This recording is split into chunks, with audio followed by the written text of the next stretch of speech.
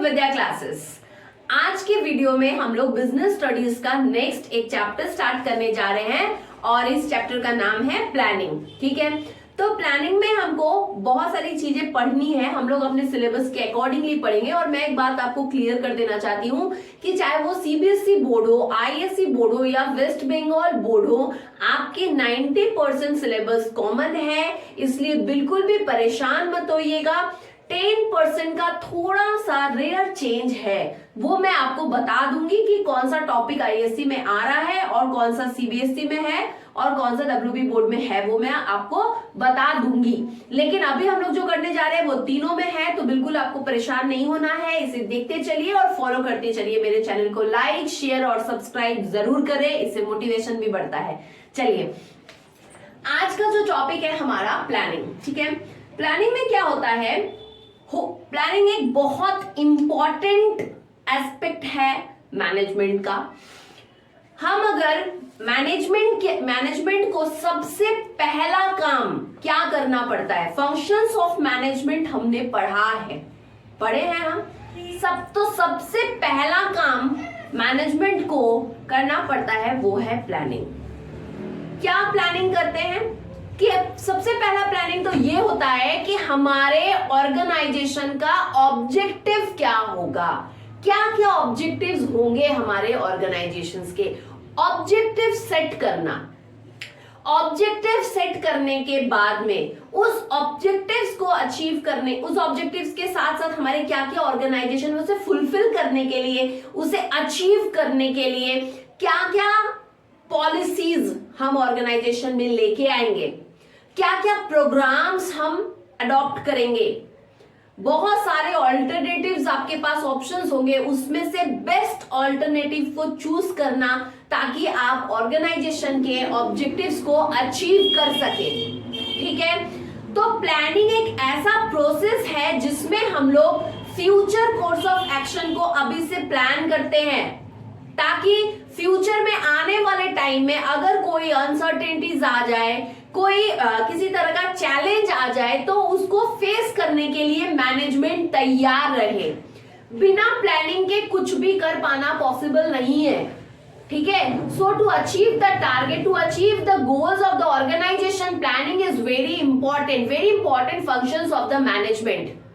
If there is any kind of issues arise during the course of the business, अगर किसी तरह का issue arise हो जाता है बिजनेस में, मतलब कुछ भी, मान लीजिए आप मान लो कि जैसे कोविड आया था, पिछले बार कोविड आया, कोविड आने के कारण क्या हुआ कि बहुत सारे चीजों के प्राइसेस में चेंज आए, बहुत सारा लोगों का लोग ज्यादातर अपने हेल्थ कंसर्न हो गए, तो उनका प्रेफरेंसेस चेंज हुआ। जैसे कि जो उनके हेल्थ को इफेक्ट करता है, लोग ऐसी चीजों को अवॉइड करने लगे, तो पेप्सी, कोको कोला ये सब ऑलमोस्ट बिकना बंद हो गया। जो फास्ट फूड वगैरह है वो सब लोग अवॉइड करने लगे। लोग ज्यादातर जो हेल्दी प्रोडक्ट है उसकी तरफ ध्यान गया, है ना। तो उसके अकॉर्डिंगली जो कंपनीज मान लीजिए उस तरह की गुड्स को प्रोड्यूस कर रही थी, उसकी वजह से उनको इफेक्ट हुआ होगा। तो क्या होता है कि हम हमेशा ऑर्गेनाइजेशन में, बिजनेस एनवायरनमेंट कंप्लीटली अनसर्टेन है, कभी भी कुछ भी हो सकता है, तो क्या करना पड़ता है, पहले से उसके लिए तैयार रहना पड़ता है कि अगर कुछ भी अनसर्टेनिटीज अराइज होती है तो उस समय हम क्या करेंगे। तो इसके लिए क्या करना होगा, हमें तैयार अभी से रहना पड़ेगा। वो कब पॉसिबल है, जब हमारा प्लानिंग बिल्कुल परफेक्ट होगा, फ्यूचर को सोच के होगा, हमारे पॉलिसीज फ्यूचर को सोच के होंगे, तब जाकर के हम बोल सकते हैं कि हाँ, हम ऑर्गेनाइजेशंस के गोल को अचीव कर पाएंगे। तो देखिए, एक आपको डायग्राम देखिए, जब हमको प्लानिंग का डेफिनेशन लिखने के लिए आएगा तो हम लोग उसके डेफिनेशन के साथ में अगर हम ये बना देते हैं, ये डायग्राम बना देंगे, तो बहुत अच्छा प्रेजेंटेशन आएगा।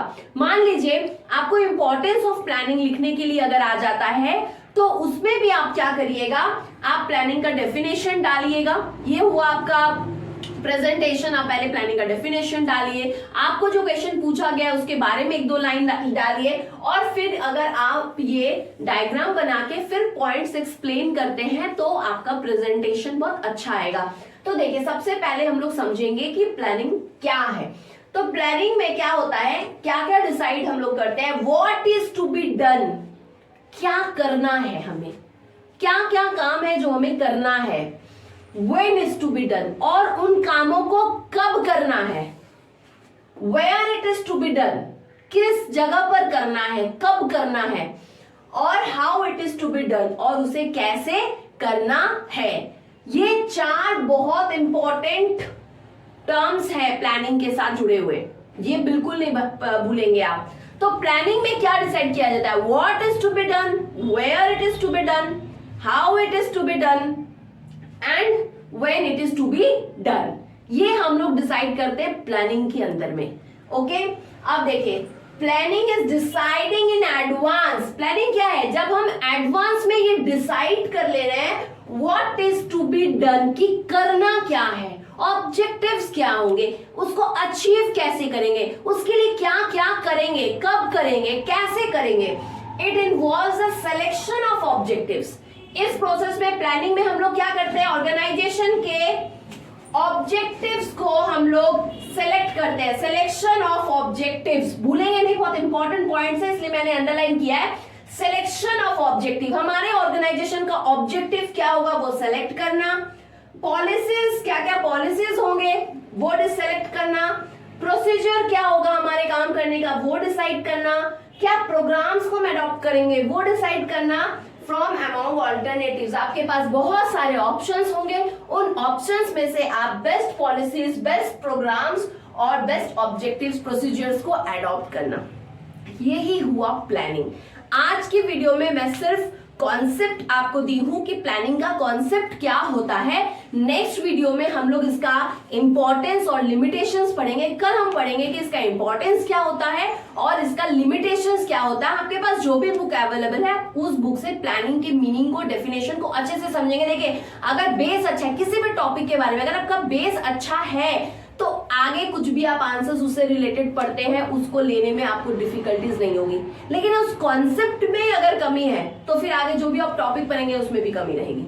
ठीक है, तो इसे बिल्कुल इसे आप अपने कॉपी में नोट डाउन करिएगा, ये डायग्राम जरूर नोट डाउन करिएगा और ये डेफिनेशन भी नोट डाउन करिएगा। एग्जाम में क्या करेंगे, पहले डेफिनेशन लिख देंगे और उसके बाद ये डायग्राम बनाएंगे।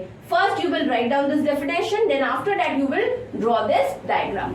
ओके, आज के वीडियो में इतना ही, फिर नेक्स्ट इंपॉर्टेंस और लिमिटेशंस मैं आपको कराऊंगी। Thank you.